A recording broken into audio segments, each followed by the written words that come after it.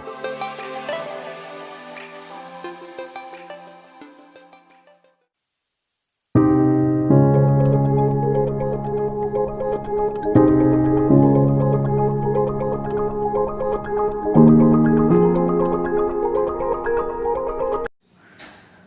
students, welcome back to my channel. Today we shall discuss about very important function, that is gamma function. Okay, so this function is defined as the improper integral 0 to infinity e raised to minus x into x raised to n minus 1 dx is called gamma function and is denoted by gamma of n.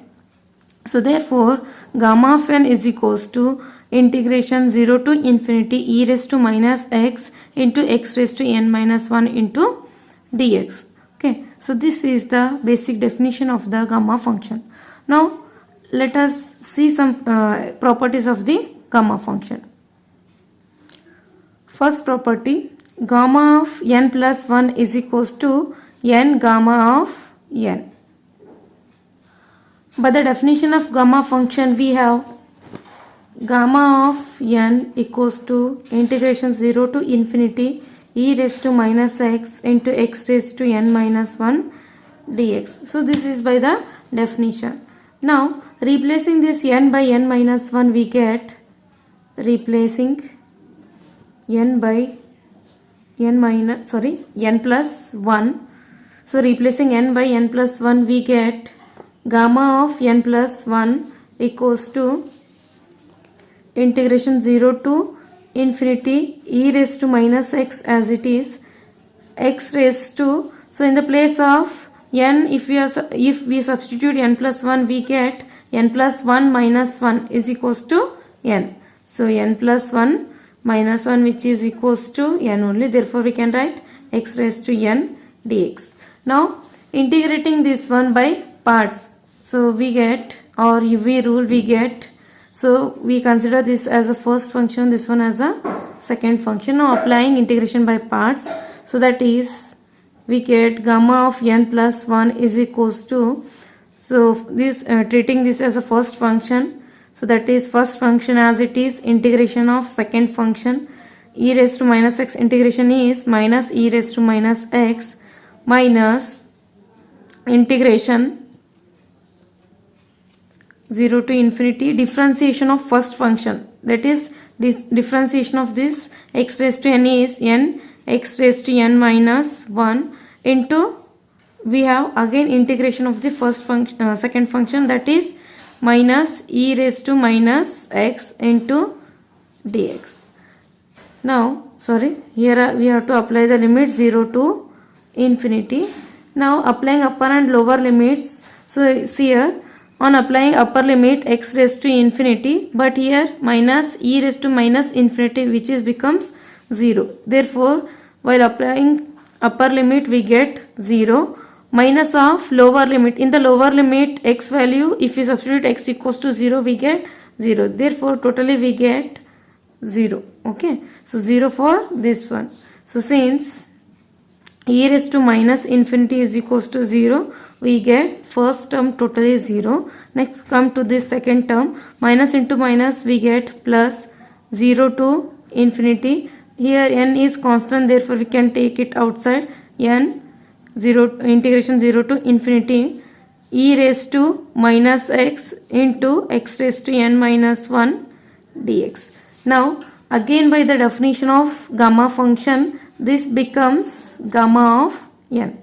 Therefore by definition of gamma function we get, so this n, keep n as it is, gamma of, so this total becomes gamma of n. So therefore we have proved that gamma of n plus 1 is always equals to n into gamma of n plus 1. So this is by the definition. Okay, so this is very important result to solve the problems. Even this property with proof is also very important for your exam. So in this, if I replace this n plus 1 by n by n minus 1, then we get, so replacing n by n minus 1. Then we get gamma of, so in the place of n, if we substitute n minus 1 plus 1 minus 1 get cancels, we get gamma of n equals to, so in the place of n we have to substitute n minus 1, that is n minus 1 gamma of n minus 1. So that means the property 1 can be written as gamma of n is equals to n minus 1 into gamma of n minus 1. So both results are useful in solving the problems. Okay, so you remember this rule. Okay, next second property, n gamma of n plus 1 is equals to n factorial. Okay, proof. So by the property 1 we can write it as gamma of n plus 1 is equals to n into gamma of n. So this is by our first property. Okay, so now in this if we replace n by n minus 1, n minus 2, n minus 3 and so on, so then we get, so this for equation 1, so let us consider this as equation 1. This equation 1 or this property 1 becomes, so first substitute replacing n by n minus 1 we get gamma of, so here we get replacing n by n minus 1 plus 1 minus 1 get cancels, we get gamma of n is equals to n minus 1 gamma of n minus 1. Okay, so if we replace n by n minus 2, then here we get gamma of, so replacing n by n minus 2, minus 2 plus 1 becomes minus 1, therefore we get gamma of n minus 1 is equals to n minus 2 gamma of n minus 2. So similarly, so you may consider this as equation 2, equation 3. Similarly, if I replace n by n minus 3, then we get n minus 2 equals to n minus 3 gamma of n minus 3. So on. So continuing this procedure, we get equation 1 implies that gamma of n plus 1 can be written as, substituting all these values into equation 1. So this equation 1 becomes, keep n as it is, in the place of gamma n I will replace gamma n by n minus 1 gamma of n minus 1, n minus 1 gamma of n minus 1, or again gamma of n minus 1 can be replaced by using this equation. Okay, so that is n minus 1 as it is, so this is by equation 2.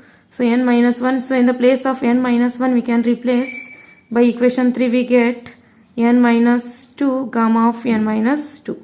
Again n minus 2 can be replaced by using equation 4, that is gamma of n plus 1 n minus 1 n minus 2 n minus 3, so gamma of n minus 3. So continuing this procedure we get, so finally gamma of n plus 1 we get n minus 1 n minus 2 n minus 3 up to, we'll get 3 2 1, go on reducing, we get 3 2 1 into gamma of 1. Now we have to calculate this gamma of 1.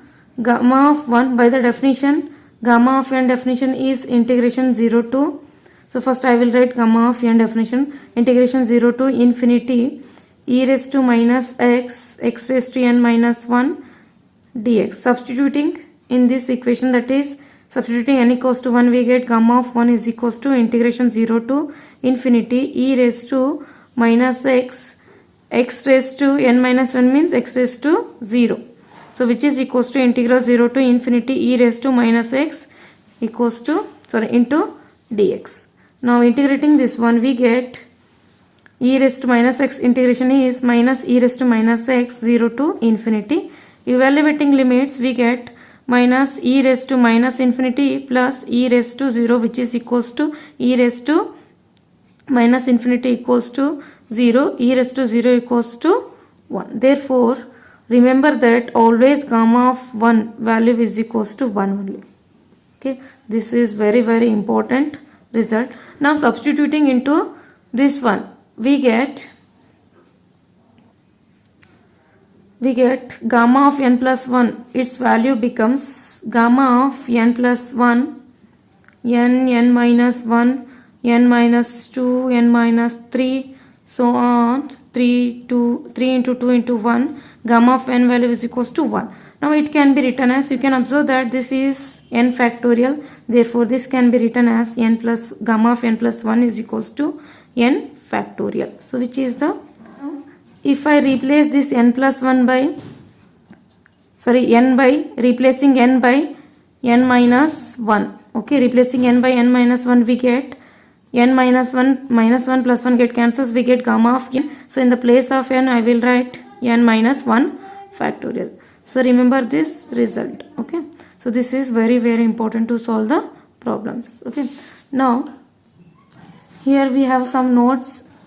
First one, so already I showed that gamma of n is equals to n minus 1, gamma of n minus 1. Next, second one, by the property 2 we can write gamma of n is equals to n minus 1 factorial. So now come to the third note, gamma of 0. So this can be written as, because by using this, so if you use this result, gamma of 0 can be written as 0 minus 1 factorial. So 0 minus 1 factorial, which is equals to minus 1 factorial. We know that always negative factorial is equals to, negative integer factorial is equals to infinity, which is equals to, so therefore remember that gamma of 0 is equals to infinity. Next, same, gamma of minus n, which is equals to, gamma of minus n can be written as minus 1 minus n minus 1. By using the same result, we can write minus n minus 1 factorial, so which is always negative, so therefore it is equals to infinity. So therefore always for negative terms, that is gamma of minus n, we get infinity. So gamma of 1 is equals to 1. So gamma of 1 by 2 always it is equals to root pi. Here we have some tricks to evaluate the gamma functions. So first, total we will get three different types of gamma n integers, okay. So 3 different types of integers. First, if n is positive integer, then we use the second property, that is gamma of n is equals to n minus 1 factorial. So this is very simple. For example, gamma of 5 can be written as 5 minus 1, which is equals to 5 minus 1 factorial, which is equals to 4 factorial, which is equals to 24. Suppose if we have positive fractions, okay, so there are totally positive, and we get positive and negative fractions. If we have positive fractions, then we use the first property, that is gamma of n is equals to n minus 1, gamma of n minus 1, okay. We can use this property, okay, or this formula, or this can be again further simplified as gamma of n is equals to n minus 1, n minus 2, that is we have to decrease by 1. For example, gamma of 7 by 2 is equals to 5 by 2 into 3 by 2 into 1 by 2, gamma of 1 by 2, which is equals to 15 divided by 8 root pi, okay. So third one, when n is equals to negative fraction, so then we use the first property, okay, gamma of n plus 1 is equals to n gamma of n. So that can be written as gamma of n is equals to gamma of n plus 1. Send this n to this side, will get divided by n, okay. So if we are getting negative terms, then we use this formula, okay. For different types of n values, we use the different formulas. So here are the tricks. So if we having negative integers, then we definitely get infinity, okay.